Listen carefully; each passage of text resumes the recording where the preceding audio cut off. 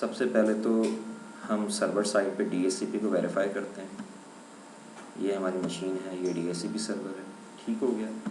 इस DHCP server पे scope बनी हुई है जो हमने बनाई थी, ठीक है, ये रही स्कोप। और इसके स्टैटिस्टिक्स हम देखते हैं, ये इसके स्टैटिस्टिक्स, ठीक है जी। अब हम क्लाइंट साइड पे जाते हैं, ये सर्वर है, इसी को मैं क्लाइंट बना रहा हूँ। 2 सर्वर क्यों लगाएं, इसका आइडिया आपको लेक्चर एंड होने से पहले हो जाएगा, ठीक है। कुछ चीज़ें ऐसी हैं जिनमें मुझे दूसरा भी सर्वर चाहिए होगा। तो क्लाइंट डीएचसीपी क्लाइंट की क्या प्री रिक्विजिट्स हैं? डीएचसीपी सर्वर के तो प्री रिक्विजिट्स आपने पढ़े कि स्टैटिक आईपी और server based operating system. DHCP client के प्री रिक्विजिट्स क्या हैं? कौन सा कंप्यूटर डीएचसीपी क्लाइंट बन सकता है जी? जिसमें टीसीपी आईपी, ठीक है। कोई भी ऑपरेटिंग सिस्टम जिसमें टीसीपी आईपी की सपोर्ट है वो डीएचसीपी क्लाइंट हो सकता है, इवन डॉस हो चाहे, ठीक है। ओके जी, ये मैंने कर दिया ऑब्टेन आईपी एड्रेस ऑटोमेटिकली, और ये मैंने ओके कर दिया। अब ये जनाब रिक्वेस्ट भेजेगा किसके पास? डीएचसीपी सर्वर के पास। तो हम यहाँ जाके रिफ्रेश करते हैं।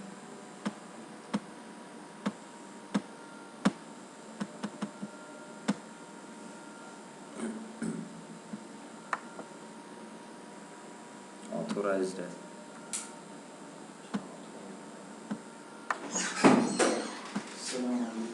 वालेकुम सलाम। देखिए सही किया ना, हमने लेक्चर स्टार्ट कर दिया।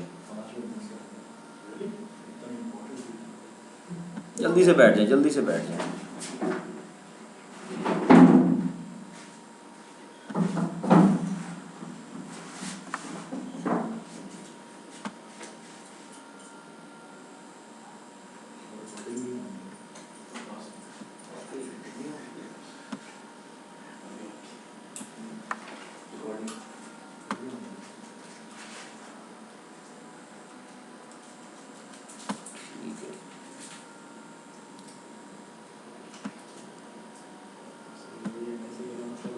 नहीं, मसला आएगा भी तो हम हल कर लेंगे।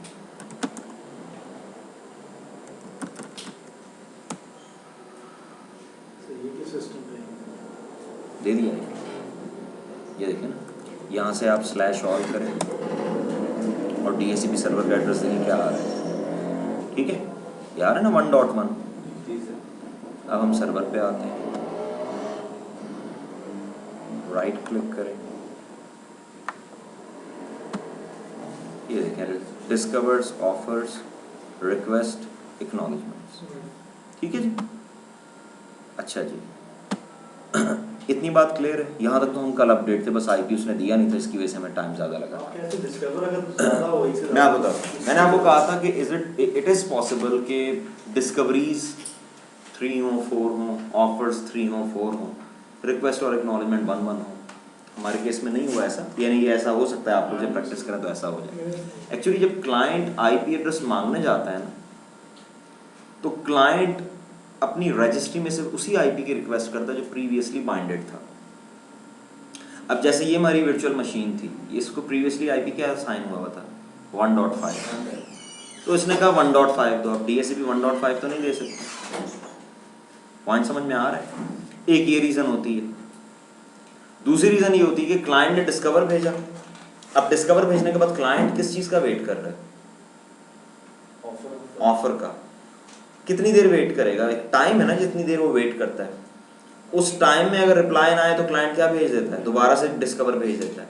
अब होता यह है कि क्लाइंट ने डिस्कवरी भेजी, सर्वर ने ऑफर भेज दी, लेकिन बिफोर वो ऑफर रिसीव होती क्लाइंट पे, क्लाइंट का टाइम आउट पूरा हो गया जितने में वो एक्सपेक्ट कर रहा था, तो उसने दोबारा डिस्कवर भेज दिया। अब डिस्कवर के बाद जब उसे ऑफर रिसीव हुई है, वो उसे नहीं एक्सेप्ट करेगा, वो वेट करेगा उस डिस्कवरी का, सर्वर दोबारा ऑफर कर देगा, ठीक है। फिर वो टाइम अपना जो टीटीएल है उसे बढ़ा लेता है कि मैं बार बार रिक्वेस्ट कर रहा हूँ, रिक्वेस्ट टाइमली फैशन में नहीं आ रही। तो सम टाइम ऐसा हो सकता है कि डिस्कवरीज ऑफर्स ये नंबर प्रोपोर्शनल ना हो, यानी अगर 1 1 1 1 नहीं आ रहा तो कोई इसमें इशू नहीं, एज लॉन्ग एज के आईपी असाइन हो गया, ठीक है।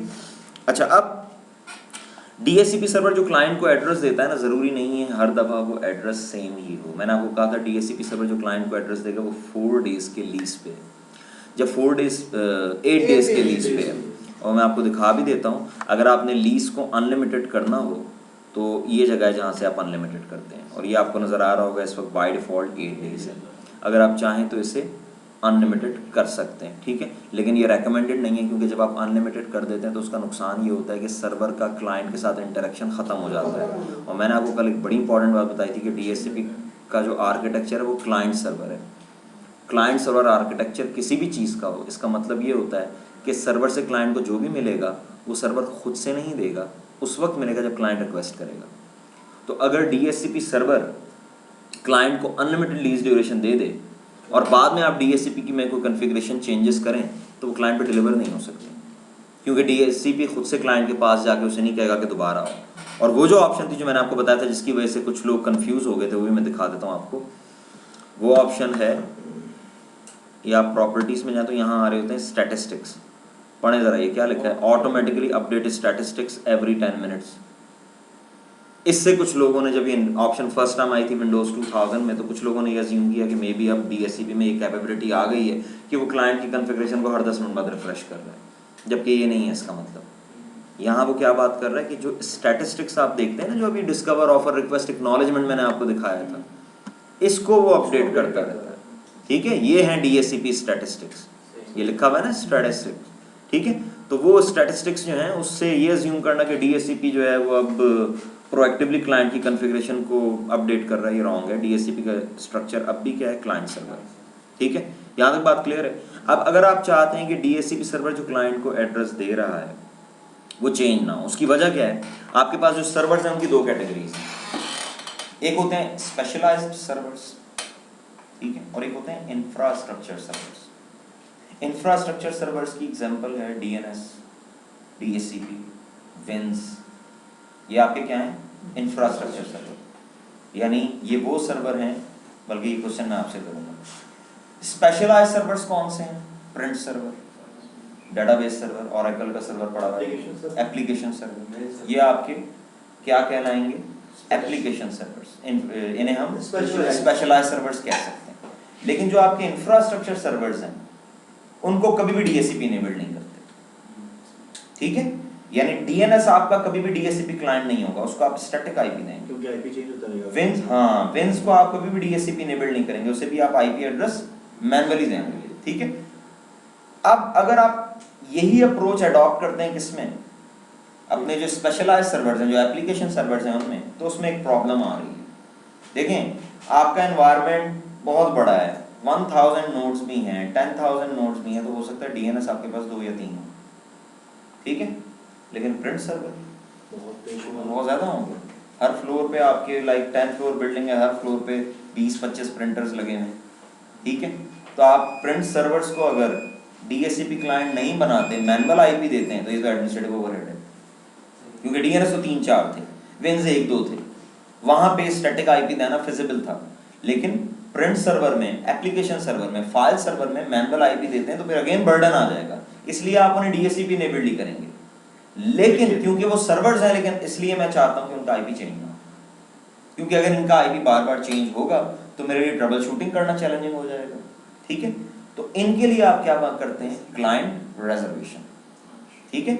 यानी DHCP को बता देते हैं कि ये वाला मैक एड्रेस जब आए तो उसे ये वाला IP देना। सर एक चीज, अगर इस तरह हम कर रहे हैं स्पेशलाइज्ड सर्वर के केस में, फिर तो हम ये रूल हम उधर भी अप्लाई कर सकते हैं, आपके जो दूसरे सर्वर्स क्या थे, स्टैटिक, वो जो इंफ्रास्ट्रक्चर सर्वर्स, इंफ्रास्ट्रक्चर को DHCP इनेबल्ड आप क्यों, आप ये कह रहे हैं उन्हें भी हम रिजर्वेशन करवा दें, टेक्निकली आप ये चाहें तो कर सकते हैं, लेकिन मसला ये है कि फिर आप उन्हें DHCP डिपेंडेंट नहीं करना चाहते। बिल्कुल सर, अगर कोई क्रैश करे तो फिर आपका DNS डाउन, कि अगर आपका DHCP डाउन हो जाता है तो सर्वर साइड पे जो डाउन टाइम आएगा वो बेरेबल नहीं, बिल्कुल, ठीक है। इसलिए उन्हें आप DHCP डिपेंडेंट नहीं करते। पॉइंट समझ में आ रहा है। और अगर आप टेक्निकल डिफरेंस देखें तो एक और डिफरेंस भी इन दोनों सर्वर्स में नजर आ रहा है कि जो इंफ्रास्ट्रक्चर सर्वर है उसका IP एड्रेस क्लाइंट की TCP/IP प्रॉपर्टीज का पार्ट है। DNS का सर्वर क्लाइंट साइड पे होता है, विंस का सर्वर क्लाइंट साइड पे होता है, लेकिन जो आपके प्रिंट सर्वर्स हैं उनका कोई IP एड्रेस आप क्लाइंट साइड पे तो नहीं देते ना। जो आपके फाइल सर्वर हैं उनको तो एक्सेस करते हुए आप नेम उसका देंगे। पॉइंट समझ में आ रहा है। इसलिए उनके लिए रिजर्वेशन जो है वो आपका जो इशू है उससे सर्व कर देगा। लेकिन जो इंफ्रास्ट्रक्चर सर्वर है लाइक DNS, विंस, DHCP, ये हमेशा स्टैटिक IP पे होंगे, ठीक है। डीएससीपी के लिए तो ये मैंडेटरी रिक्वायरमेंट है, डीएससीपी डायनेमिक हो ही नहीं सकता, और डीएनएस और विंस के लिए ये बेस्ट प्रैक्टिस है कि इन्हें आप डीएससीपी नहीं रखेंगे। यहाँ तक बात क्लियर है?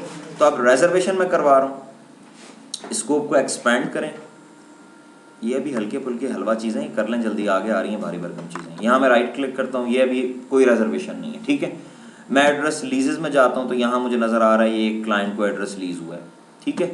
डबल क्लिक करें ज़रा, बल्कि यहीं पे डबल क्लिक करने की ज़रूरत ही नहीं है, ये मैं हटा देता हूँ। देखें यहाँ पे क्या क्या चीज़ें पता लग रही हैं हमें। क्लाइंट का आईपी एड्रेस जो डीएससीपी ने दिया है, नेम जो उसका है नाम, उसके बाद लीज एक्सपायर कब होगा, 8 डेज़ का लीज ड्यूरेशन है, टाइप डीएससीपी, एक और टाइप भी होती है मैं आपको आगे चल के बताता हूँ। उसके बाद यूनिक आईडी, ये है उसका मैक एड्रेस, ठीक है। उसके बाद डिस्क्रिप्शन है, फुल एक्सेस, ये नेटवर्क एक्सेस प्रोटेक्शन थोड़ा आगे जाके आएगी, वो आपको समझ में आ जाएगी।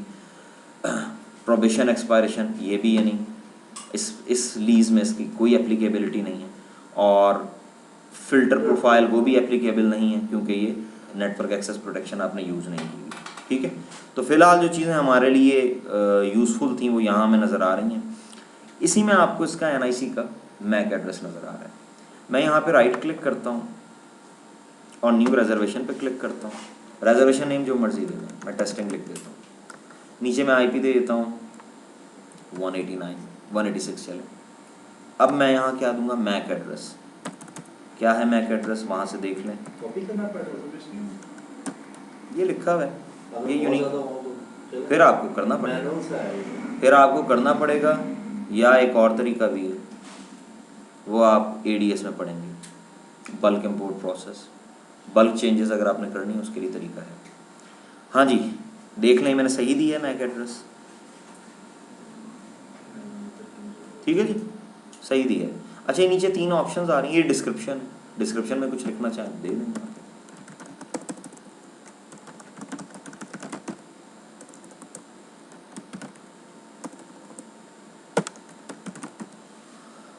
सपोर्टेड टाइप्स, अभी मैंने आपको बताया था कि टाइप में यहाँ पे डीएससीपी लिखा हुआ है, एक और टाइप भी है जिसे हम कहते हैं बूट पी। डीएससीपी का जो अबाव अजदाद थे ना, उनका नाम बूट पी था। बेसिक जो प्रोटोकॉल बनाया गया था ना आईपी एड्रेसिंग करने के लिए, उसका नाम बूट पी था। बूट पी की जो नई फॉर्म है दैट इज डीएससीपी। अब आपके पास ऐसे क्लाइंट पड़े हुए हैं जो बूट पी इनेबल्ड है, जो डिस से डायरेक्टली किससे बूट होते हैं, एनआईसी से, उन्हें हम बूट पी क्लाइंट कहते हैं, जिस तरह उसमें होते हैं डब्ल्यूडीएस में, ठीक है। तो अगर आप चाहते हैं ये एंट्री सिर्फ डीएससीपी के लिए हो तो इसे सेलेक्ट कर दें, सिर्फ बूट पी के लिए तो इसे सेलेक्ट कर दें। हमारे केस में इसकी कोई वैल्यू है ही नहीं, ठीक है। कर दूं जी ऐड, ये मैंने ऐड कर दिया, ठीक है। अब ये ऐड तो हो गया, लेकिन देखिए रिजर्वेशन में क्या लिखा हुआ आ रहा है। अब अगर हम इसको एज इट इज छोड़ देते हैं तो ये क्लाइंट पे कब जाएगा, 4 दिन बाद, जब लीज एक्सपायर होगा क्लाइंट का, दोबारा क्लाइंट आएगा, फिर 4 दिन बाद लीज रिन्यू करने आएगा वहीं पे, जिसको आईपी दिया है अपने, या 11 वाले के लिए करवाया, यही मैक था ना। अच्छा आपने मैक दिया, 50% के बाद आगे देखा कि चेंज है तो उसको रिफ्रेश, हाँ दे देगा, 50% पे दे देगा। अब मैं यहाँ पे जैसे ही रिफ्रेश करूंगा, पता क्या होगा, 11 वाली एंट्री गायब हो जाएगी। उसकी वजह यह है कि एक मैक की 2 एंट्री डीएससीपी नहीं रखता अपने पास, ठीक है। अब आप, हाँ अब आप जाएं क्लाइंट साइड पे, तो वो जो रिजर्वेशन वाला है उसको प्रायोरिटी देता है। हाँ जाहिर है वो मैनुअल एंट्री है। ये मैं रिलीज़ करता हूँ, रिलीज़ हो गया। अब रिन्यू करता हूँ तो इसे कौन सा एड्रेस मिलना चाहिए, 186। और अगर नहीं मिलता तो सिर्फ मैक चेक करना है। जब आप लोग प्रैक्टिस करें, अगर आपने ये एंट्री की है और आपने प्रीवियसली को देखें दोबारा 12 मिल गया, इसका मतलब मैक एड्रेस हमने गलत दिया है।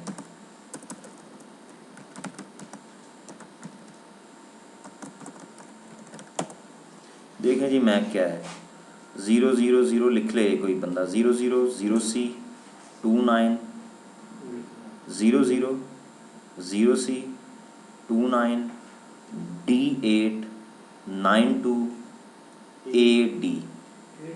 AD यहाँ AD, वो देखें ना नज़र आ रही है गलती, ये क्या लिखा हुआ है 9D।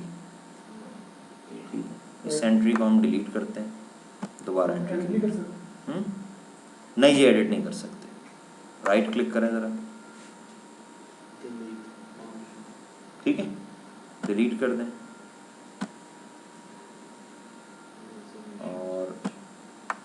रिजर्वेशन में दोबारा दें एंट्री।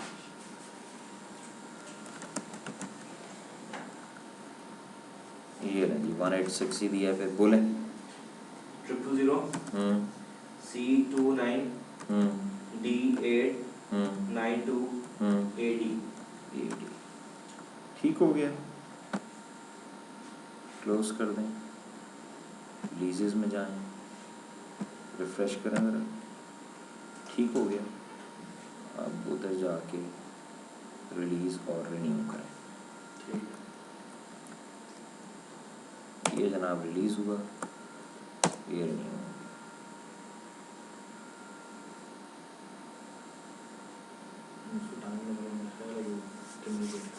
हाँ, रिन्यू की रिक्वेस्ट भेजी तो ये इसने जाके उसको यही कहा होगा ना, ये आईपी मेरा, ये रिन्यू कर दो। तो उसने कहा ये रिन्यू नहीं होगा, तुम्हारी रिजर्वेशन मौजूद है, इसलिए प्रोसेस हुआ। ठीक है, बात क्लियर होती है यहाँ तक? रिजर्वेशन कोई बड़ा काम नहीं है, बड़ा सीधा सीधा है। ठीक है, अच्छा जी। स्कोप ऑप्शंस पे क्लिक करें। यहाँ पे हमने कुछ ऑप्शंस ट्यून की थी, ये 3 आपको नज़र आ रही हैं। अब मैं इसमें 2 ऑप्शंस और ट्यून कर रहा हूँ ताकि आपको ये पता लग जाए कि बाद में स्कोप ऑप्शंस किस तरह मॉडिफाई करते हैं। ठीक है, और नॉर्मली जो ऑप्शंस हम देते हैं ना, वो मैं यहाँ लिख देता हूँ, जो ऑप्शंस कॉमनली यूज़ होती हैं। 003 ये किसका है? डिफ़ॉल्ट गेटवे है, ये एड्रेस ऑफ द राउटर। बात समझ में आती है? उसके बाद 006 है, ये क्या किसका एड्रेस है? DNS address. उसके बाद 015 है, ये क्या है? DNS suffix. ठीक है, उसके बाद है 044, ये है विंस एड्रेस। ठीक है, ये आप देते हैं। और 046 ये है नोड टाइप। ये वो कॉमन चीज़ें हैं जो आप देते हैं। अब इसमें से कुछ अगर आप देखें तो वो ऑलरेडी ट्यून हुई हुई है। नोड टाइप से वही मैं बताता हूँ जनाब, नई बात आ गई है ना तो मैं ज़रूर बताऊँगा। 003 पे कोई कन्फ्यूजन नहीं है, 006 पे भी कोई कन्फ्यूजन नहीं है, और 0015 ये तीनों सेटिंग्स ऑलरेडी ट्यून्ड हैं और ये क्लाइंट साइड पे रिफ्लेक्ट हो रही हैं। अगर आप जाके देखें तो DNS एड्रेस, राउटर एड्रेस ये आ रहा है, ये डिफ़ॉल्ट गेटवे आ रहा है 5। ठीक है, स्लैश ऑल करें, ये जनाब डिफ़ॉल्ट गेटवे आ गया, ये डोमेन नेम आ गया, देखें DNS सफिक्स, और ये क्या आ रहा है? DNS address. ठीक है, ये खुद ही था ना DNS। रिकॉल करें कल का लेक्चर, जब हमने DHCP को इंस्टॉल किया था तो ड्यूरिंग इंस्टॉलेशन ही उसने ट्यूनिंग करवाई थी जी सर। तो उसमें हमने DNS का एड्रेस दिया था जो वैलिडेट भी करवाया था। ठीक है, तो ये सेटिंग्स ऑलरेडी हैं, लेकिन विंस हमें यहाँ नज़र नहीं आ रहा। ठीक है, और नोट टाइप भी हमने देखनी है। ठीक है, तो पहले तो ये मैं आपको बता दूं कि अगर विंस होगा तो नोट टाइप होगी, ये दोनों आपस में इंटर रिलेटेड है। ठीक है, और क्योंकि अभी आपने विंस नहीं पढ़ा तो मैं इसकी पॉसिबल वैल्यूज़ लिखता हूँ और आपको जितनी बात ज़रूरी है DHCP के पर्सपेक्टिव से वो बता देता हूँ। आपने जो वैल्यूज़ देनी है वो ये हैं।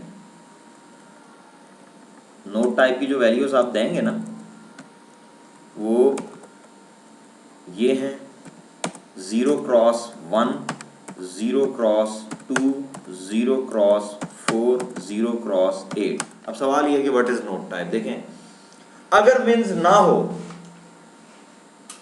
रिक्वायर्ड हो, आप ना लगाएं। रिक्वायर्ड कब होता है? मैंने कल आपको थोड़ी सी बात बताई थी कि प्री विंडोज 2000 मशीन्स अगर हैं तो विंस की ज़रूरत होती है। अब आपके पास 4-5 कंप्यूटर्स 98 के 95 के लगे थे, लेकिन हमने विंस नहीं लगाया। अगर आपने विंस नहीं लगाया तो उनकी नेम रेजोल्यूशन पता कैसे हो रही है? ब्रॉडकास्ट के थ्रू। ठीक है, by default computer name resolve करने के लिए क्या करता है? ब्रॉडकास्ट करता है। ठीक है, इसका मतलब ये हुआ कि अगर मल्टीपल नेटवर्क है तो फिर विंस जरूर लगाना पड़ेगा। ठीक है, लेकिन हम कहते हैं हमारा एक ही नेटवर्क था छोटा सा तो हमने विंस लगाया ही नहीं। कुछ कंप्यूटर्स थे जिनके लिए विंस रिक्वायर्ड था लेकिन हमने विंस नहीं लगाया और हमारा काम चल रहा है क्योंकि कंप्यूटर ब्रॉडकास्ट करके अपना मसला हल कर लेता है। क्वेश्चन नंबर 2 है कि हमने विंस लगा दी है। अब सवाल ये आता है कि जब विंस लगा दिया है तो क्या कंप्यूटर ब्रॉडकास्ट करेगा या नहीं करेगा? इसका आंसर है डिपेंडिंग अपॉन नोट टाइप। ठीक है, नोट टाइप बताएगी कि क्लाइंट ने सिर्फ ब्रॉडकास्ट करना है, सिर्फ विंस को यूज करना है, दोनों का कॉम्बिनेशन यूज करना है। ये सारी बातें कौन बताएगा? नोट टाइप बताएगी। ब्रॉडकास्ट से भी नेम रिजॉल्व हो सकता है। देखिए एक बात याद रखें, जैसी विंस की बात आ गई, कल मैंने एक वर्ड लिखा था व्हाइट बोर्ड पे, नेट बायोस नेम। विंस का कंसर्न किस नाम के साथ है? नेट बायोस नेम के साथ। ठीक है, ब्रॉडकास्ट का कंसर्न किसके साथ है? नेट बायोस नेम के साथ। कभी भी होस्ट नेम रेजोल्यूशन के लिए ब्रॉडकास्ट नहीं होती। सोचें आप इंटरनेट से कनेक्ट होते हैं, आप हॉटमेल लिखते हैं, ब्रॉडकास्ट हो जाए इंटरनेट पे तो कहाँ जाएगी ब्रॉडकास्ट, कहाँ कहाँ तक जाएगी? तो जो आप इंटरनेट यूज़ कर रहे होते हैं वो डीएनएस की वजह से है, ठीक है। होस्ट नेम या फुली क्वालिफाइड डोमेन नेम के लिए कभी भी ब्रॉडकास्ट नहीं होती, बात भूलनी नहीं है, ठीक है। ब्रॉडकास्ट करके कंप्यूटर नेम रिजॉल्व कब करता है? जब नेम कौन सा हो, ये नेट बायोस है, जो कि पुराने ज़माने में यूज़ होते थे, अब यूज़ नहीं होते। तो वही पुराना ज़माना है, आपके एनवायरनमेंट में यूज़ हो रहे हैं पुराने कंप्यूटर, 95 98 है। तो अब सवाल ये है कि नोड टाइप डिटर्मिन करेगी कि क्लाइंट ने सिर्फ ब्रॉडकास्ट करनी है। अगर नोड टाइप है 0x1 तो इसका मतलब पता क्या है? Broadcast only. अगर है 0x2 तो इसका मतलब है विंस ओनली, ठीक है जी। अगर है नोड टाइप 0x4 सॉरी, तो फर्स्ट ब्रॉडकास्ट देन विंस। समझ आती है बात? पहले कंप्यूटर ब्रॉडकास्ट यूज करेगा, अगर ब्रॉडकास्ट से नेम रिजॉल्व हो जाता है वेल एंड गुड, अगर नहीं होता तो देन किसके पास जाएगा? विंस। और सबसे जो बेहतर है वो ये है, इसमें फर्स्ट विंस है एंड देन ब्रॉडकास्ट। ब्रॉडकास्ट होता है तो फिर इसको आईपी कौन विपा से लेता था कि आईपी? यही तो गलती थी जो हो सकती थी, जो आपने कर दी। आपने ये नहीं सोचा कि हम बात क्या कर रहे हैं। क्या ये ब्रॉडकास्ट आईपी एड्रेस असाइनमेंट के लिए हो रही है जो हम डिस्कस कर रहे हैं? ये तो नेम रिजॉल्व करने के लिए। क्लाइंट ने डीएचसीपी से आईपी एड्रेस ले लिया, अब क्लाइंट एक और कंप्यूटर से कम्युनिकेट करना चाहता है। कम्युनिकेशन तो आईपी पे होती है, क्लाइंट को उसका नाम पता है, आईपी नहीं पता। आईपी पूछने के लिए वो क्या करता है? ब्रॉडकास्ट कर देता है। इस ब्रॉडकास्ट की बात हो रही है। पूरे एनवायरनमेंट ब्रॉडकास्ट करता है कि वेयर इज PC1, मुझे अपना आईपी बताओ। सारे ब्रॉडकास्ट सुनते हैं, जहां पे नाम मैच कर जाता है वो रिप्लाई में अपना आईपी बता देता है। पॉइंट समझ में आया? तो अच्छा, अब एक और चीज है, PC1 से नेट बायोस नहीं, PC1 नेट बायोस। हाँ, हमारे केस में PC1 जो मैंने आपको बताया, इस केस में PC1 नेट बायोस नेम था, ऑल्दो PC1 होस्ट नेम भी होगा इस केस में। सर ये net BIOS name host name में सर मतलब डिपेंड करता है ना आप कौन सी एप्लीकेशन यूज कर रहे हैं कम्युनिकेट करने के लिए। अगर तो आपने ब्राउजर खोला है, अगर आपने खोला है इंटरनेट एक्सप्लोरर और उसमें लिखा है PC1, ठीक है, तो ये इंटरनेट एक्सप्लोरर जो है ये हमेशा FQDN यूज करता है, होस्ट नेम यूज करता है, ये कभी विंस को कंसल्ट नहीं करेगा। लेकिन आपने फॉक्स प्रो की कोई एप्लीकेशन चलाई है पुराने जमाने की, ठीक है, बात समझ में आ रही है, तो वो नेट बायोस नेम यूज करती है। एक बात याद रखें, आपका कंप्यूटर नेट बायोस कम्युनिकेशन कर रहा है या होस्ट बेस्ड कम्युनिकेशन कर रहा है, इसका ताल्लुक मेथड ऑफ कम्युनिकेशन से है, आप कर क्या रहे हैं। एक चीज अंडरस्टूड है, जो होस्ट नेम है उसके बगैर तो गुजारा है ही नहीं। आप यूज कर सकते हैं इंटरनेट बगैर डीएनएस के? कभी नहीं यूज कर सकते। नेट बायोस के बगैर गुजारा है, इसीलिए अब ये बैकवर्ड कंपैटिबिलिटी के लिए हम पढ़ रहे हैं, अदरवाइज हमें इसकी जरूरत नहीं है, ठीक है। बाकी इन क्वेश्चंस को ऑन होल्ड रखें, जब विंस पढ़ेंगे तो मैं बहुत डिटेल से करवाऊंगा, उस वक्त क्लियर हो जाएगा, अभी नहीं होगा, ठीक है। अभी आपने ये देखना है कि हम अब ये जो मैंने लिखी है ना वैल्यू 0x1 0x2 0x4 0, ये हम देंगे डीएचसीपी में, और इसका रिजल्ट हमें कहां नजर आएगा? क्लाइंट साइड पे। अगर हमने दिया 0x1 तो क्लाइंट साइड पे क्या लिखा हुआ होगा? ब्रॉडकास्ट, ठीक है। अगर मैंने लिखा है 0x2 तो क्लाइंट साइड पे पता क्या लिखा होगा? पीयर टू पीयर नहीं, पीयर। ये लिखा है तो मिक्स्ड होगा, ये लिखा है तो हाइब्रिड। अब मैं आपको दिखा देता हूँ, यहाँ से राइट क्लिक करें, कॉन्फ़िगर ऑप्शंस, ये देख रहे हैं ऑप्शंस आ रही हैं। मैं चला जाता हूँ किस पे? 044 पे। ये जनाब 044 है, विंस सर्वर। मैं कहता हूँ जी मेरा विंस सर्वर जो है उसका एड्रेस है 192.168.1.9। अच्छा, एक और बात याद रखिए, गौर से सुनना है, ये जो आप डीएचसीपी ऑप्शंस देते हैं ना, ज़रूरी नहीं है आपके स्कोप में से ही। ये लें, ये तो नेटवर्क में जहां भी लगे हुए आपने बताना है कि कहाँ लगे हुए, उनके आईपीस देने। ये जरूरी नहीं है कि इनकी बिलोंगिंग आपकी स्कोप में से ही हो, इसको कहीं से भी हो सकते हैं, ठीक है। ये देखिए मैंने ये दे दिया, अब यही नजर आएगा आपको क्लाइंट साइड। नोट टाइप 46 है, आए जरा उस पे। एक चीज आप कल कह रहे थे कि जब वो आईपी असाइनमेंट करता है तो सबसे पहले अपनी क्लास में से, हाँ वो स्कोप बनाते होता है, हाँ वो तो डीएचसीपी का अपना एड्रेस जो है उसमें से ही होना चाहिए। उसके उसके बाद अगर यहाँ से यार ये तो सप्लीमेंटल कॉन्फ़िगरेशन है ना, एडिशनल चीजें जो क्लाइंट ये को तो चाहिए। इन्फॉर्मेशन जो फेंकनी है क्लाइंट की तरफ। हाँ जी, क्या दे दूं यहाँ पे? मैं जी देता हूँ यहाँ पे, जाहिर है विंस मैंने यूज किया है तो 0x1 तो मैं दे ही नहीं सकता, ब्रॉडकास्ट ओनली तो नहीं होगी ना, ठीक है। मैं 1 बाय 1 आपको तीनों दिखा देता हूँ। ये 0x8 दे रहा हूँ, इसका रिजल्ट क्या होना चाहिए? हाइब्रिड। ओके कर दें, क्लाइंट साइड पे है। चलो मैं आपको एक चीज़ और दिखाता हूँ ताकि ज़रा आपका कॉन्सेप्ट पक्का हो। मैं इसको 8 आवर्स को कर रहा हूँ 0 और मैं कर रहा हूँ 4 मिनट्स, ताकि आपको ये भी पता लग जाए कि क्लाइंट 50% पे रिन्यू करता है, 2 मिनट्स पे करेगा, ठीक है ना। हमारे रिकॉर्डिंग में आ जाएगा ताकि आप लोगों को याद रहे। रिलीज़ करें, ये रिलीज़ हो गया, अब रिन्यू करें और अब स्लैश ऑल करके देखिएगा, नोट टाइप लिखी हुई आती है। नोट टाइप में क्या आना चाहिए? Hybrid. Slash all pipe sign लगा देंगे, मोर देन 1 पेज पे जाएगा। ये देखें क्या लिखा हुआ है, नोट टाइप। अच्छा एक और चीज़ देखें, लीज ऑब्टेन्ड, डेट भी सेम, ईयर सब कुछ सेम। ये आपके सामने 2 मिनट पे मिला है और 6 मिनट पे क्या होना है? एक्सपायर होना है। 4 मिनट दिए थे ना मैंने, तो इसका मतलब है 4 मिनट पे रिन्यू होना है 50% पे। 2 तो मिनट्स हाँ ये नहीं, 9 and 4 मिनट्स, 9:04 पे, ये मैं कह रहा हूँ, ठीक है ना। तो मैं एक काम करता हूँ, अब मैं रिलीज रिन्यू नहीं करूँगा, मैं कॉन्फ़िगरेशन चेंज कर देता हूँ देखता हूँ कि वो अपडेट हो गई। और हम देखते हैं कि 2 मिनट बाद वो अपडेट हुई है नहीं, और हम इसी को चेंज करते हैं। इसको हम कर देते हैं 0x। अब क्या आना चाहिए? पीयर, आई थिंक पीयर होता है ये मैंने दे दिया। अब क्या होना चाहिए? राइट आफ्टर 2 मिनट्स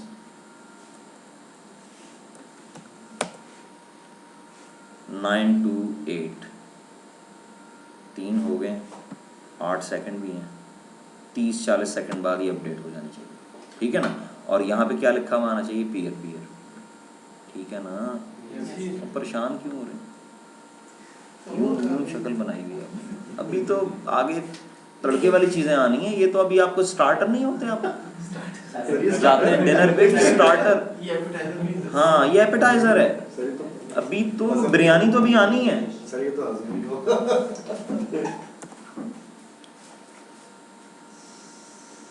ये जो ऑब्टेन्ड है ना, ये 2 ही रहेगा। अच्छा सर ये जो है ना 6, ये क्या हो जाएगा? 8। ऑब्टेन्ड 2 ही रहेगा क्योंकि उसमें पहला टाइम दिखाता है। सर एक चीज़ आपसे पूछनी है। 1 मिनट, इसको पहले ये ले, 8 हो गया। ये देखें ऊपर क्या लिखा हुआ है, आपने जो पीयर लिखा है उसके बीच में डैश भी डालना है, ठीक है। ये जनाब पीयर है। इसी तरह अगर मैं वहाँ पे 0x4 कर दूँ तो मिक्स्ड आ जाएगा। लेकिन इससे हम ये डिफाइन कर रहे हैं कि वो किस तरीके से कम्युनिकेट करेगा। हाँ ये अब आपको क्लियर हो जाना चाहिए ना कि 50% पे उसने रिन्यू कर लिया। जैसे ही 9/8 का मतलब है, देखिए ना, लीज ऑब्टेन में तो 2 ही आ रहा है, लेकिन लीज एक्सपायर होना था 6 पे, वो अब 9/8 पे क्यों एक्सपायर हो रहा है? क्योंकि वो 9/4 पे रिन्यू हो गया। समझ में आ रही बात? 4 मिनट ऐड करो ना। अब ये सिस्टम सर सिर्फ और सिर्फ विंस यूज करें? नहीं बिल्कुल नहीं है ऐसा, आप विंस को बुला दें, नहीं, मशवरा है आपने मेरा। आपने नोट टाइप जो दी सर। हाँ बिल्कुल, उसका मतलब यही है, ब्रॉडकास्ट नहीं करेगा। मैं वही कह रहा हूँ, नेम रेजोल्यूशन के लिए, नेम रेजोल्यूशन के लिए ब्रॉड। एक बात याद रखिएगा, ब्रॉडकास्ट फ्री इन्वायरमेंट इम्पॉसिबल है। आपके लैन में ब्रॉडकास्ट जरूर होती है, ठीक है। बात समझ में आती? कोई मुझे एग्जांपल दे सकता है किसी ऐसी ब्रॉडकास्ट की जिसका ऑल्टरनेटिव नामुमकिन है ऑलमोस्ट? आप मैनुअल आईपी दे दें, क्लाइंट ब्रॉडकास्ट करेगा। डीएससीपी क्लाइंट ब्रॉडकास्ट करता है ना, मैनुअल आईपी दे दिया, अब तो डीएससीपी नहीं है ना। आपने विंस का एड्रेस दे दिया, नोट टाइप मैनुअली डिसेबल कर दिया ब्रॉडकास्ट, इसके लिए ब्रॉडकास्ट नहीं होगी। अब कोई ऐसी कम्युनिकेशन है, नॉर्मली एक कंप्यूटर ने अपने लाइफ साइकिल में जो भी काम करने होते हैं, अब कोई ऐसा पिंग तो यूनिकास्ट होता है, आईपी लिखते हो सामने। चलें सोचिएगा इस पे। आपने कहा ना ये कंप्यूटर ब्रॉडकास्ट नहीं करेगा, तो मैंने उसे क्लैरिफाई किया, ब्रॉडकास्ट नहीं करेगा for name resolution, net BIOS name resolution. किसी और काम के लिए उसने ब्रॉडकास्ट करनी तो उसका इससे कोई ताल्लुक नहीं, सारी ब्रॉडकास्ट से खत्म नहीं हुई।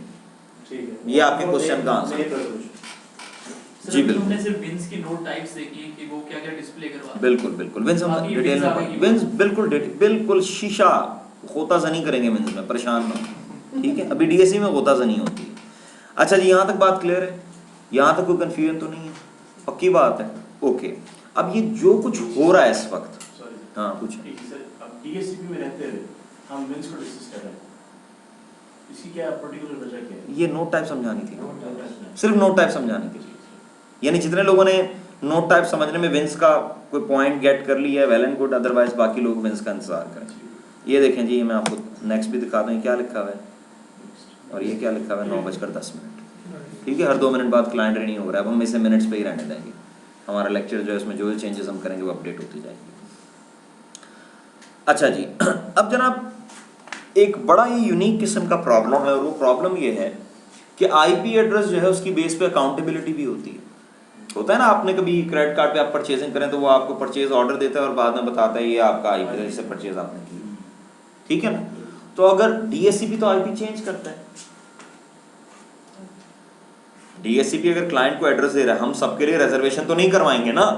अगर आपकी कंपनी में 10,000 कंप्यूटर्स हैं, उनमें से कितने होंगे जिनके लिए रिजर्वेशन बनाई होगी आपने? 50, 100? ये तो नहीं हो सकता 10,000 के लिए रिजर्वेशन हो। इसका मतलब है ऐसे बहुत से कंप्यूटर्स होंगे जिनका एड्रेस इस हफ्ते कुछ है, 10 दिन बाद कुछ और है। ऐसा हो सकता है ना, ठीक है। तो अब अकाउंटेबिलिटी का क्या होगा? सोचें एक कंप्यूटर है, उससे किसी ने कोई ऐसी एक्टिविटी की जो कि प्रोहिबिटेड थी, ठीक है। लॉगर ने उस एक्टिविटी को मॉनिटर कर लिया, वो आगे थ्रू कर दी गई। अब उस पर प्रोसेस जो भी था वो स्टार्ट हुआ आफ्टर 1 वीक, पीछे उसका आईपी चेंज हो गया, ठीक है जी, पीछे आईपी चेंज हो गया, उन्होंने आगे एक बंदे को पकड़ा जिसका कसूर ही नहीं था, ठीक है ना। तो इसका भी कोई हल होना चाहिए ना।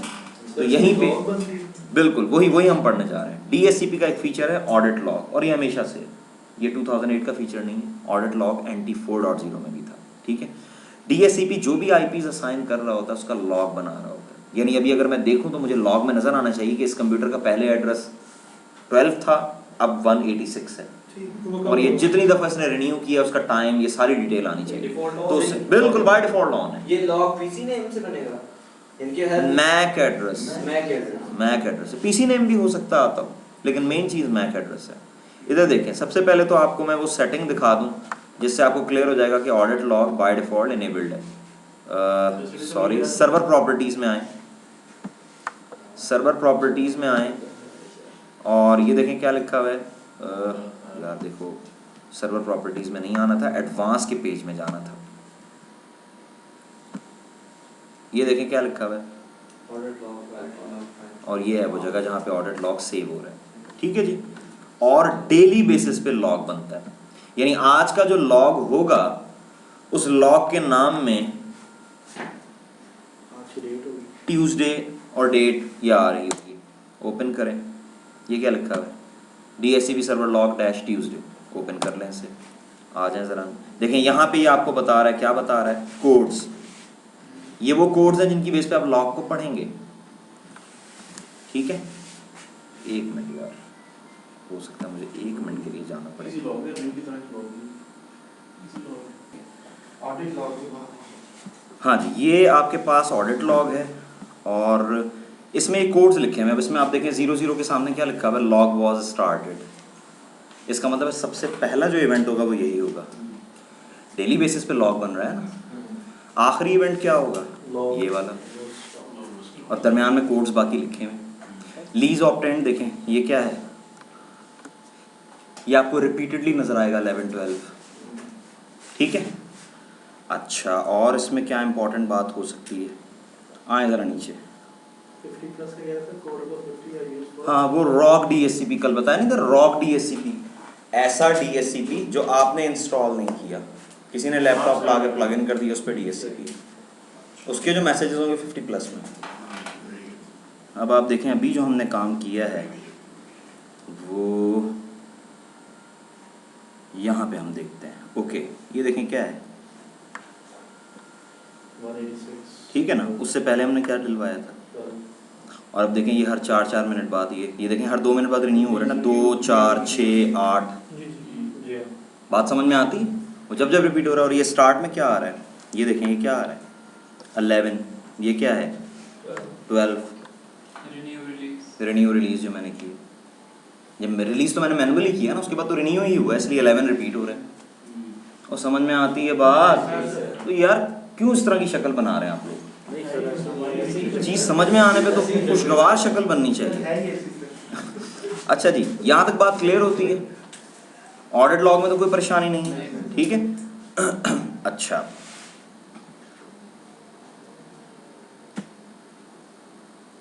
ये क्या लिखा हुआ है? फिल्टर। एक तो ये कि ये जो कॉन्सेप्ट है फिल्टर का, this is new to Windows family of operating system. ये इंट्रोड्यूस हुआ है 2008 R2 में, ठीक है? कि अब आप DHCP को बाउंड कर सकते हैं। बाय डिफ़ॉल्ट ये फिल्टर डिसेबल्ड होते हैं, इसलिए जो आएगा उसे ये IP देगा। आप कहते हैं नहीं ऐसा ना हो, इस मैक को IP नहीं देना, या इस मैक को IP देना है, ठीक है? अभी तो फिल्टर डिसेबल्ड है। जब आप फिल्टर इनेबल कर देंगे तो फिर ये फिल्टर के मुताबिक IP देगा। अभी ये सबको दे रहा है, अभी कोई ऐसी कंडीशन नहीं, इसलिए सबको दे रहा है। अगर मैं फिल्टर इनेबल करके रिलीज रिन्यू करूं, मुझे IP नहीं मिलेगा। पॉइंट समझ में आ रहा है? क्योंकि फिर वो देखेगा कि फिल्टर में मौजूद हो। हम एक काम करते हैं ना, ये अलाउ फिल्टर है, ये डिनाई फिल्टर है। मैं अलाउ फिल्टर को क्या कर रहा हूँ? इनेबल। अब ये मैंने इनेबल कर दिया है और मैंने कोई एंट्री नहीं दी, ठीक है ना? ठीक है सर। तो अब हम क्लाइंट पे जाते हैं, रिलीज करें रिन्यू।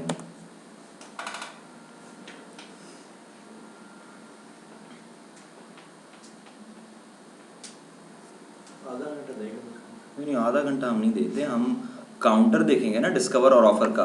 अगर डिस्कवर का काउंटर बढ़ता जा रहा है और ऑफर का काउंटर बढ़ नहीं रहा, तो इसका मतलब है DHCP उसकी डिस्कवरीज पे खामोश है। डिस्कवरीज कितनी है? 9 पे है ना, अभी 10 हो गई, ठीक है? ऑफर 6 पे ही। क्या ख्याल है? ऑफर में नहीं दे रहा। नहीं कर रहा ऑफर, फिल्टर पे कोई ऐसा क्योंकि हमने एंट्री नहीं दी ना। फिल्टर बस इनेबल हो गया। हमने सिर्फ इनेबल किया फिल्टर, उसमें एंट्री नहीं दी। जब एंट्री नहीं दी तो किसी को नहीं दे रहा है। सर फिल्टर इनेबल करने से इफेक्ट यहाँ पे भी क्या हो रहा है? अभी तो कोई इफेक्ट नहीं हो रहा ना। फिल्टर जब आपने गलत इनेबल किया है, आपको पहले उसमें मैक एड्रेसेस ऐड करवाने थे जिनको आप चाहते हैं कि IP मिले। मैं तो आपका कॉन्सेप्ट बना रहा हूँ ना कि वंस फिल्टर इनेबल कर रहे हैं तो फिर वो तमाम मैक आपको देने पड़ेंगे जिनको आप चाहते हैं कि DHCP IP एड्रेस असाइन कर। सर फिल्टर रिजर्वेशन का भी काम नहीं, रिजर्वेशन का काम नहीं कर रहा। फिल्टर में आप IP तो दे ही नहीं रहे। फिल्टर में तो सिर्फ मैक दे रहे हैं कि इस मैक को IP दे दो, बस दे दो, जहाँ से मर्जी दो, लिस्ट में इसमें ठीक है? अगर ये मैक ऐसे IP ना दो, ये देखें, अब मैं अलाउ फिल्टर में वो मैक डाल देता हूँ, लिखवाएं मुझे। आप लोगों ने लिखा था ना, ये देखें न्यू फिल्टर, और सिर्फ क्या देना है मैंने? मैक एड्रेस 000 आगे क्या था? C2 9D 9D 892 AD। ये लें जी, ये फिल्टर मैंने दे दिया। सब्र तो कर लो यार, सब्र नहीं करना। अभी ये कहेगा अलाउ में भी दे दो, डिनाई में भी दे दो। तब ये लाओ तो नहीं।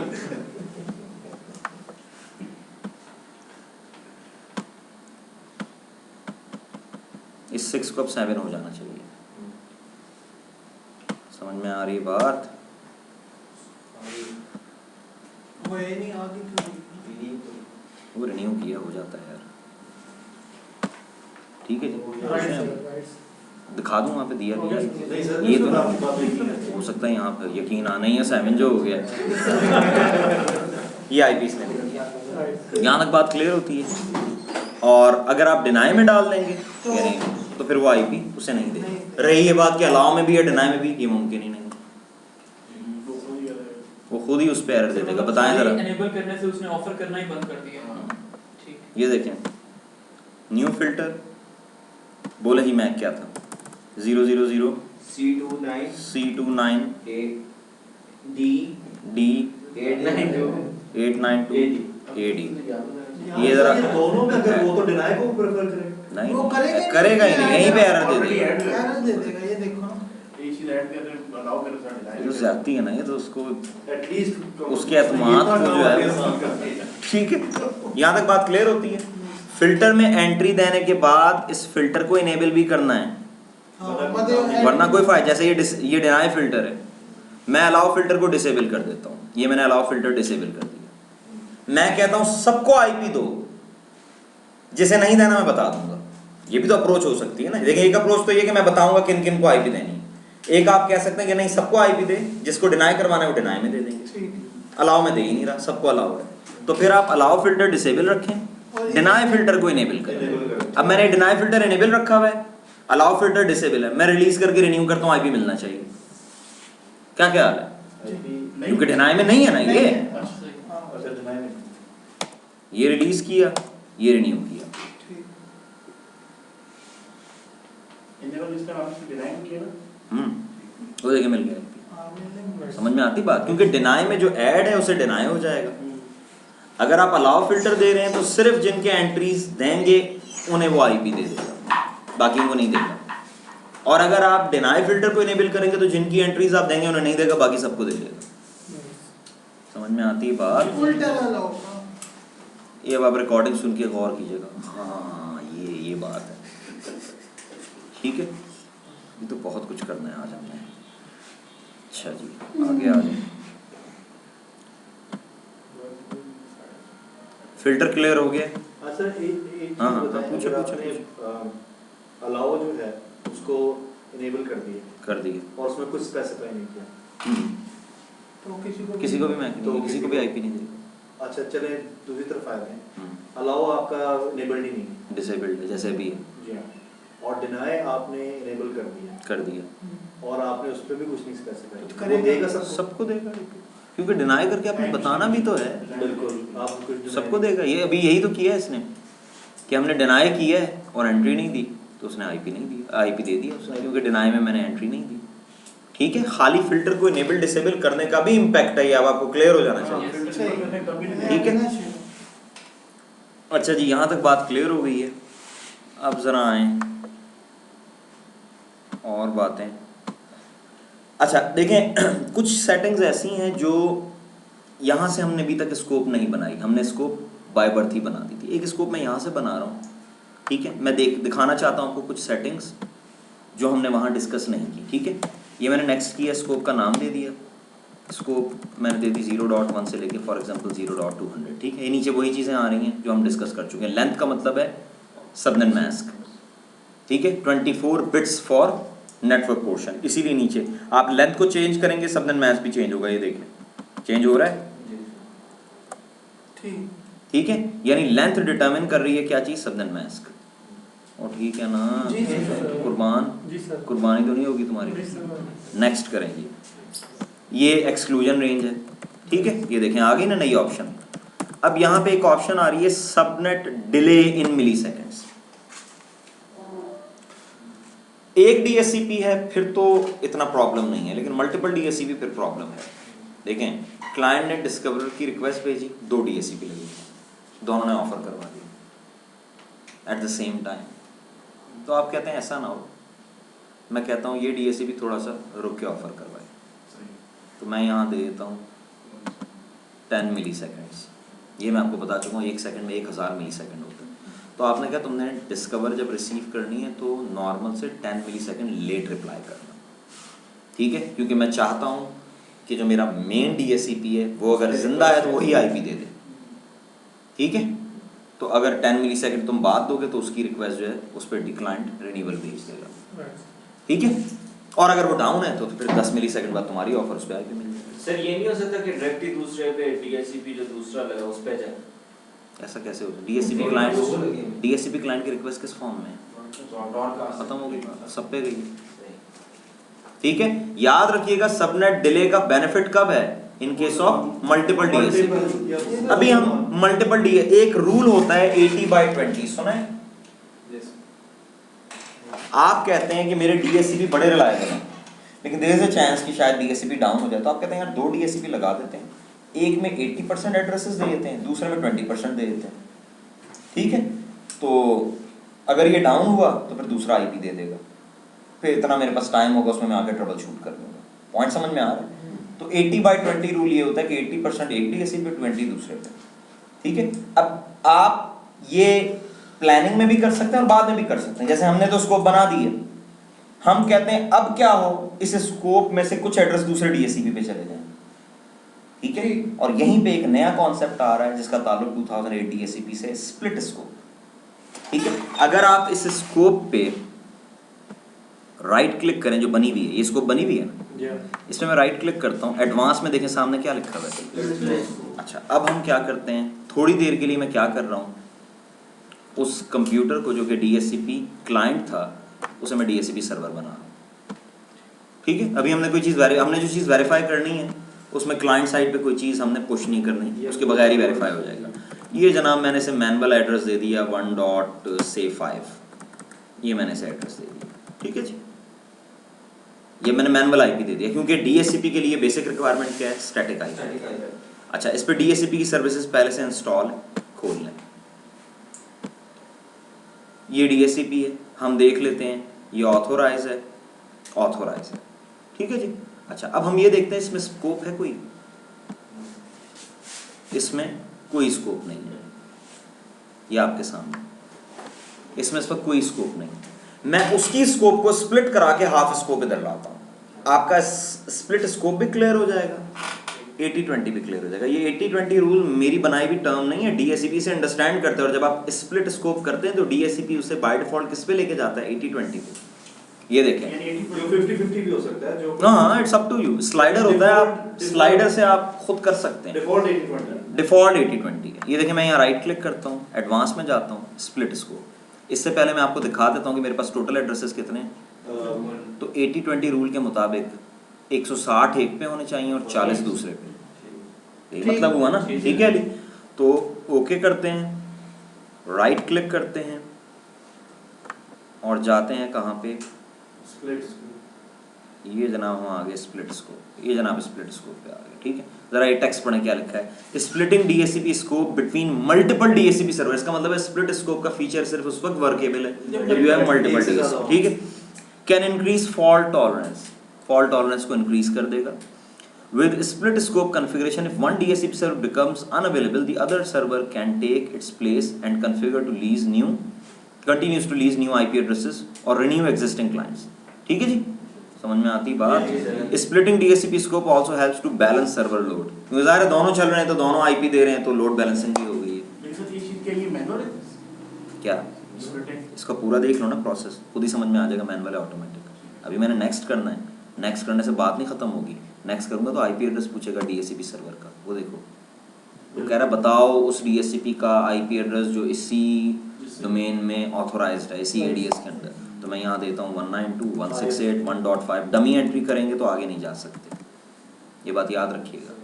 नेक्स्ट करता हूँ, ये देखें आ गया 80-20। ये देखें स्लाइडर कहाँ पे, और इसने क्या किया, 161 से लेके और ये 161 से ऑनवर्ड्स ये IP देगा। समझ में आ रही बात, यानी 160 तक एक्सक्लूड करवा रहे हैं। समझ में आती बात। ये स्टार्ट और एंड सर कौन से DHCP, देखें मैं सेकंड DHCP का सर, ये 160 तक, ये देखें ना 1 इसने ग्रे किया हुआ है, जी 1 ग्रे क्यों किया हुआ है, 1 से स्टार्ट हुआ है, एंड कहाँ पे हुआ है, 160 ये रह गए DHCP 1 के पास, बाकी कितने बचे, 40 हो गए किस पे, दूसरे पे। होगा ये कि दोनों पे एक स्कोप बन गई, एक इस पे तो बनी हुई है स्कोप, उस पे बन जाएगी। ठीक है, इस पे, इस वाले DHCP पे भी एक काम होगा। देखें, जब 61 से 200 तक एड्रेस दूसरे पे जा रहे हैं तो वो इस पे एक्सक्लूड होने चाहिए। ऐसे ही याद रखें, जब आपके पास मल्टीपल DHCP हो तो कभी भी दोनों DHCP पे कॉमन एड्रेस नहीं होगा।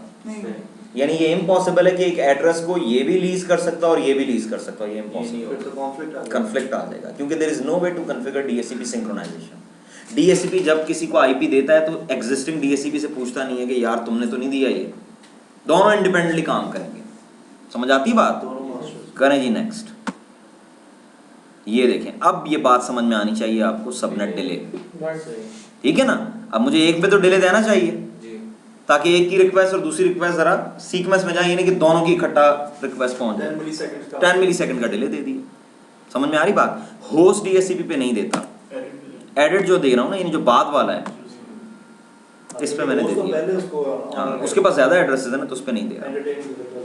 इसकी अप्रोच ये भी हो सकती है कि पहले एक DHCP सर्वर के जितने भी एड्रेसेस हैं वो सारे लीज कर दे, फिर दूसरे नहीं, ये नहीं, ये अप्रोच नहीं हो सकता, रैंडमली होगा।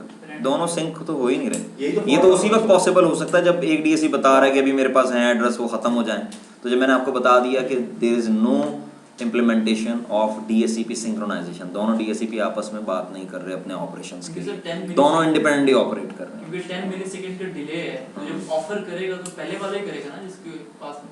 हाँ, यानी हम चाहते भी तो यही है कि वो जो 20 वाला है वो उसी वक्त इन एक्शन आए जब दूसरा जो है उस पर कोई प्रॉब्लम, जब वो 10 मिलीसेकंड डिले हो जाए। ठीक है, कोई भी रीजन, हाँ वो कोई भी रीजन हो सकता बट है। It can be one of it. हाँ, इस हमारे केस में वो एडेड वाला है, बाद वाला है जिस पे स्कोप जा रही है। मैंने आपको दिखा दिया उधर कोई स्कोप नहीं है अभी, ये मैंने नेक्स्ट किया, फिनिश कर दिया, ये जनाब हो गया। ठीक है, कॉन्फ़िगर्ड सक्सेस। सबसे पहले तो इसकी स्कोप में देखें क्या चेंजेस आई हैं। हाँ हाँ, ये पूल में आए, ये क्या हुआ है 161 से लेके 200 तक एक्सक्लूडेड हो गए हैं, यानी जो इसने वहां पे भेजे हैं वो यहाँ पे एक्सक्लूड करवा दिए ताकि इसके पास अवेलेबल ना रहे। समझ में आ रही बात? अब दूसरे डीएससीपी पे आए, ये सेलेक्ट करके रिफ्रेश करें, समझ में आती बात? ये स्कोप बन गई है, इसको इनेबल आपने मैनुअली करना है, एक्टिवेटेड नहीं है ये। लेकिन इसकी प्रॉपर्टीज देखें, 1 से लेके 200 तक है ये भी, लेकिन इसमें एक्सक्लूजन रेंज देखें, ये आपके सामने है, 1 से लेके 160 तक एक्सक्लूडेड है। तो बचे कौन से? 161 से 200। और समझ में आती है बात? ये आज मैंने फर्स्ट टाइम करवाया है, वरना ज़बानी बताया था बस। ठीक है, ट्रिगर तब होगा जब 10 सेकंड का डिले होगा तो ऑटोमेटिकली। हाँ नहीं, इसने ट्रिगर कब होगा क्या मतलब? क्लाइंट की रिक्वेस्ट आई, ठीक है, अज्यूम करें कि डीएससीपी पुराना वाला जो है वो चल रहा है, क्लाइंट ने ब्रॉडकास्ट की, उस पर भी गई, इस पर भी गई, उसने फौरन ऑफर दे दी, इसने 10 मिलीसेकंड बाद दी। क्लाइंट पे जब ये ऑफर पहुंची, क्लाइंट ने इग्नोर कर दिया, उसे मिल चुका है आईपी। केस नंबर 2, वो डीएससीपी डाउन है, क्लाइंट ने ब्रॉडकास्ट की, उस पर पहुंची, वो डाउन है, इसने 10 मिलीसेकंड बाद दी, उसने इसका आईपी। पॉइंट समझ में आता है?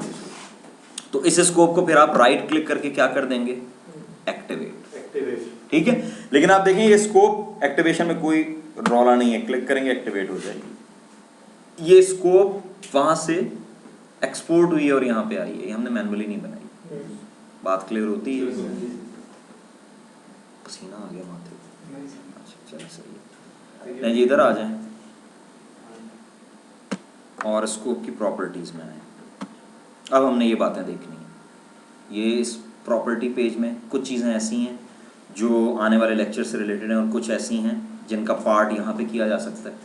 ठीक है, लेकिन बहरहाल देखते जाएं। इस पेज में तो कोई कन्फ्यूजन नहीं होनी चाहिए, क्या ख्याल है? क्लियर है ना? ये इसमें कोई बात है ही, लीज की रेंज दी हुई है, लीज ड्यूरेशन दिया हुआ है और आईपी एड्रेस की रेंज दी हुई है। ये जो पेज है ये अभी आप नहीं कर सकते क्योंकि आपने डीएनएस पढ़ा ही नहीं। इसके लिए आपको पूरे पेज के लिए इंतजार करना पड़ेगा डीएनएस का। ठीक है, हाँ इस पे आए, यहाँ पे चीज़ें हैं जो आप कर सकते हैं। देखें अगर ऐसा तरीका हो कि क्लाइंट डीएससीपी के पास एड्रेस मांगने आए, जाहिर है क्लाइंट को जब डीएससीपी एड्रेस दे देगा तो वो नेटवर्क पे इनेबल हो जाएगा। ठीक है ना? लेट्स से आपके एनवायरनमेंट में एक और चीज़ भी लगी हुई है, नेटवर्क पॉलिसी सर्वर, और वो ये चेक करता है कि क्लाइंट जो है उस पर तमाम चीज़ें मौजूद हैं, फायरवॉल ऑन है, और यानी एज पर कॉन्फ़िगर्ड पॉलिसी। अभी आपने नैप नहीं पढ़ा, हम अज्यूम कर रहे हैं उस पर एक पॉलिसी बनी है, तो क्यों ना डीएससीपी इस तरह करे कि आईपी ऑफर करने से पहले नैप से पूछ ले कि यार यानी क्लाइंट की रिक्वेस्ट आई, उस रिक्वेस्ट को रीडायरेक्ट करे नैप पे, नैप चेक करे, उसके बाद उसे आईपी ऑफर करे। अगर वो क्लाइंट क्वालिफाई नहीं करता, अगर उसका नेटवर्क फिर भी इनेबल कर दिया गया तो एक मछली पूरे तालाब को गंदा कर देती है। अगर उस पर वर्म है तो वर्म तो रेप्लिकेट हो जाएगा तमाम कंप्यूटर्स पे। ठीक है, अब इसमें मैंने इतनी कॉन्फ़िगरेशन पहले से नैप की कर दी है कि आप इस चीज़ को टेस्ट कर लें। ठीक है, मैं ये देखें क्या लिखा हुआ है, नेटवर्क एक्सेस प्रोटेक्शन, इस वक्त ये क्या है? डिसेबल्ड। ठीक है, मैं दोबारा से अपने कंप्यूटर पे जाता हूँ और उसे क्या कर देता हूँ, ये हमने स्प्लिट स्कोप कर लिया। अब हम दोबारा से क्या बना रहे हैं? क्लाइंट। स्टॉप कर दें डीएससीपी की सर्विसेज और इधर प्रॉपर्टीज़ में। ये करना ज़रूरी नहीं था लेकिन just to be on the safe side और बेस्ट प्रैक्टिस मैंने इसे, और मैं इसे obtain IP address automatically pick कर रहा हूँ, और प्लस मैं एक और काम कर रहा हूँ, इस कंप्यूटर में ना कुछ मैं एबनॉर्मलिटीज़ क्रिएट कर रहा हूँ। जानबूझ के, ताकि हाँ नैप के साथ ये कन्फ्लिक्ट करे, इसे एड्रेस ही ना मिले, ठीक है। मैं इस पे फायरवॉल डिसेबल कर रहा हूँ, ठीक है।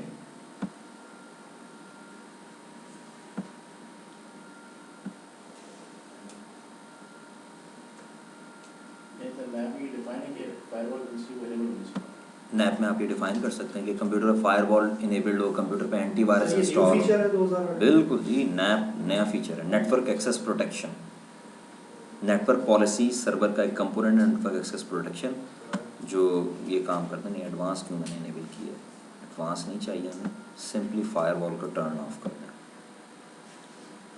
ठीक है जी। ये टर्न ऑफ हो गई, टर्न ऑफ हो गई, टर्न ऑफ हो गई, ठीक है। अभी हमने नैप DHCP के साथ इंटीग्रेट नहीं किया, हम उससे पहले देखते हैं इसे एड्रेस मिल रहा है, फिर उसके बाद देखेंगे एड्रेस मिल रहा है, ठीक है। फिल्टर अगर उस पर कोई इनेबल भी है तो उसे डिसेबल कर दें, कहीं आपके जहन में ये ना आए, और आप भी जब प्रैक्टिस करें इसकी तो फिल्टर को डिसेबल कर दें, पता लगे फिल्टर की वजह से एड्रेस ना मिले, आप खुश हो रहे हो कि आपका नैप वाला काम ठीक हो गया, ठीक है। ये मैंने डिसेबल कर दिया, और इधर जाएं।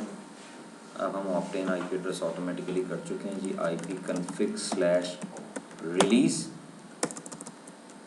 renew, इसे एड्रेस अभी मिलना चाहिए as per R configuration.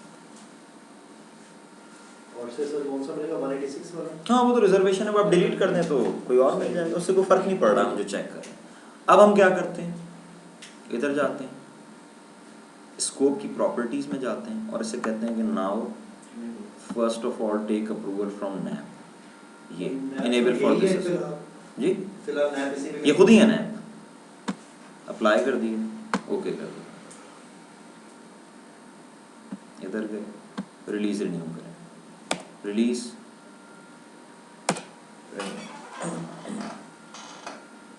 Sir nap हम किसी और मशीन पे कर सकते हैं? बिल्कुल जी कर सकते हैं।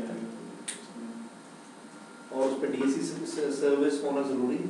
नहीं नहीं नहीं, ऐसी कोई कंपल्शन तो नहीं। यहाँ पे आपने क्योंकि IP नहीं दिया आईपी ना, फिर यहाँ पे डिफाइन करने की ऑप्शन आपने नैप का IP नहीं दिया ना, उसके ऑप्शन नहीं डिफाइन। हाँ हाँ, सो एक्टिव डायरेक्टरी, फर्स्ट करें कहीं और नैप तो एक्टिव डायरेक्टरी किस लिए, अच्छा एक्टिव डायरेक्टरी है, उससे आप DC का IP देते हैं, बताएं मुझे, क्लाइंट साइड पे कहीं DC का IP देते हैं, क्लाइंट पे लॉग ऑन होता है यूज़र, कैसे हो जाता है, ये देख लें, नहीं मिला IP। और इस वक्त आप ऑडिट लॉग में जाके देखें, वहाँ रीज़न लिखी होगी नैप की, नैप का कोड होता है I think 33, if I am not wrong, nap का जो कोड है दैट इज़ 33। ये इधर आए, नैप के लॉग में जाओ, नहीं नहीं नहीं नहीं, DHCP का लॉग आप ये, हाँ ये इसको लॉग को पढ़े ना, इसमें जो एंट्री नंबर 33 आ रही है उस पर पहले देखें क्या लिखा हुआ है, पढ़ें ये क्या लिखा हुआ है। Packet drop due to NAP policy, तो अभी ड्रॉप हुआ है नैप पॉलिसी की वजह से, तो रीज़न कोड आना चाहिए, बिल्कुल एंड पे आके देखें क्या कहता है।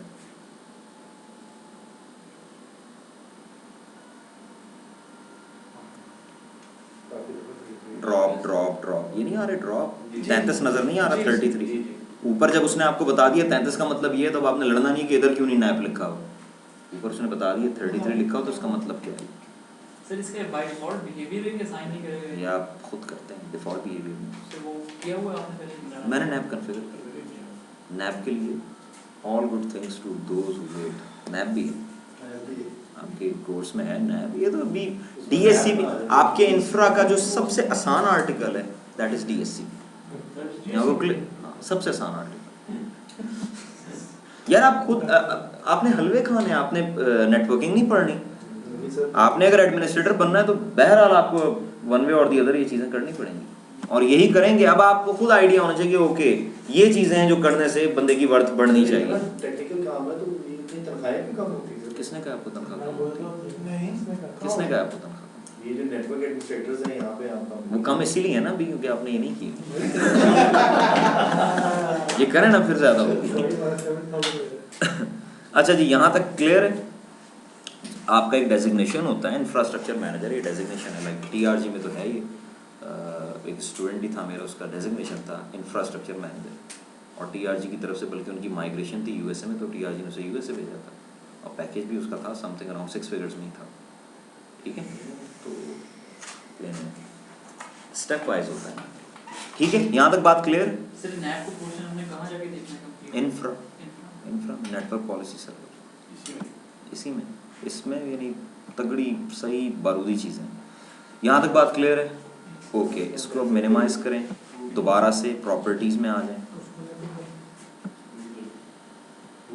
अभी भूख मर जाएगी आपकी थोड़ी देर में ना।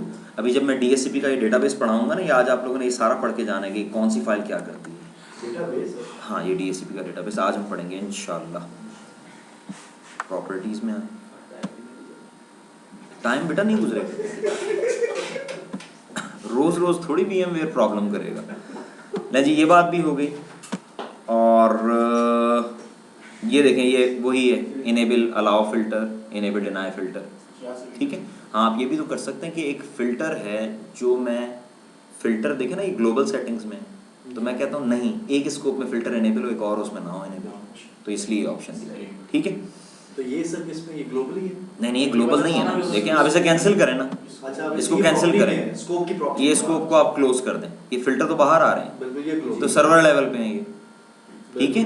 आपने जो ऑप्शंस देखे हैं ना जहाँ पे मैंने वो DNS का, वो भी स्कोप लेवल पे भी हैं, सर्वर लेवल पे भी हैं, ठीक है।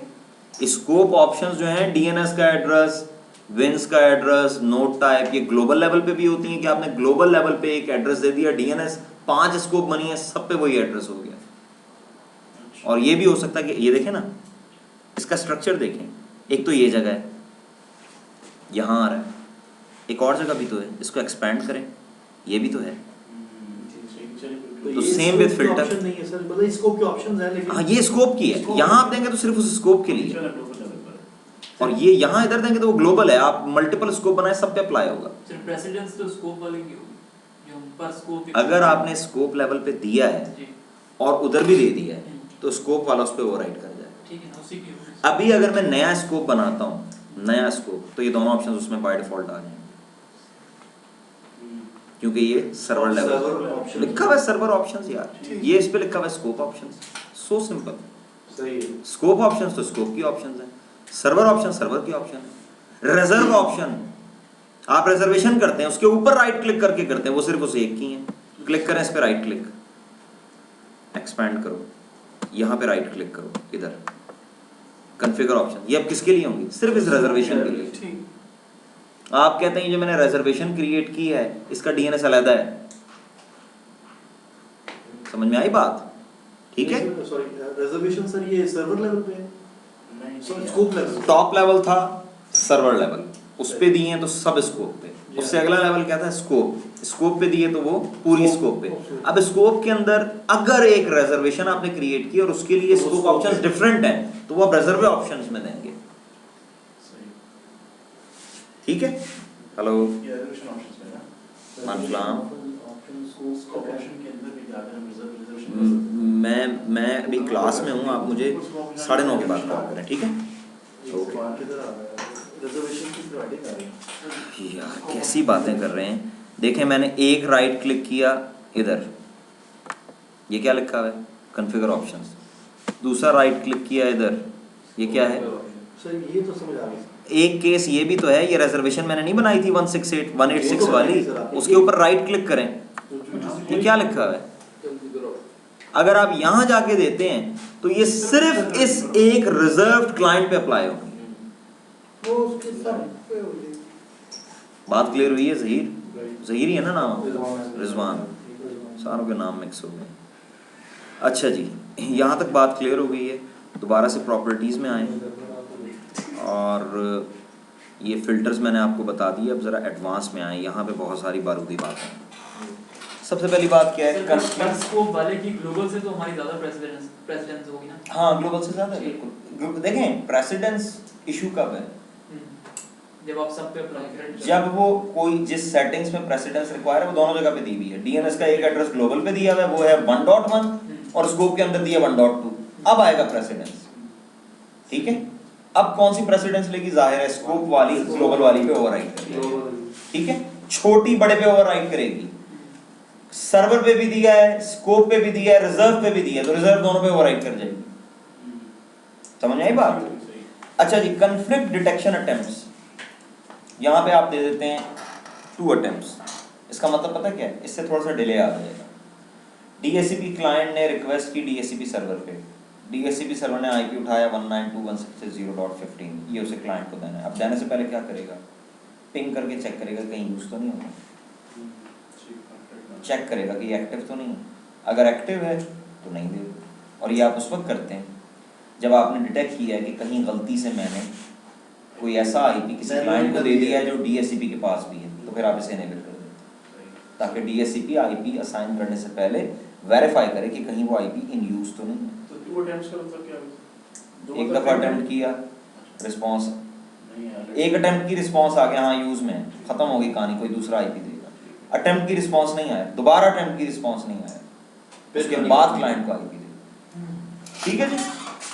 अच्छा जी, ऑडिट लॉग का पाथ ठीक हो गया। चेंज सर्वर कनेक्शन बाइंडिंग्स, याद है ड्यूरिंग इंस्टॉलेशन भी हमने बाइंडिंग्स देखी थी, वही जगह है, बाइंडिंग्स पे क्लिक करें वही पेज आ जाएगा। अगर इस पे मल्टीपल NIC होते तो यहाँ मल्टीपल चेक बॉक्सेस मुझे नजर आ रहे होते। ये डायनामिक DHCP की अभी बात बताई नहीं जा सकती, इसका ताल्लुक DNS से, DNS का वेट करें। जब आप DNS पढ़ेंगे और DNS में DDNS पढ़ेंगे, डायनामिक DNS, तो उस वक्त ये पेज भी डिस्कस होगा और ये ऑप्शन भी डिस्कस होगा, अभी नहीं हो सकता। ठीक है, डायनामिक DNS बड़ा पुराना आर्टिकल है, 2000 में इंट्रोड्यूस हुआ था। ये प्रॉपर्टी पेज पुराना है, इसमें कुछ नया नहीं है, ये सब पुराना है। यहाँ तक बात क्लियर हो गई है?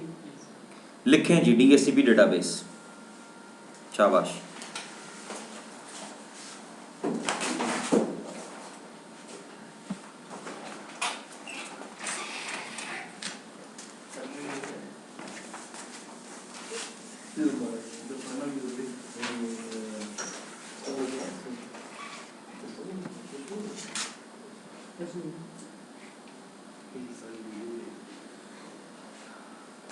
वीडियो एक दफ़ा सेव करके दोबारा चला दो। जी थैंक यू सर।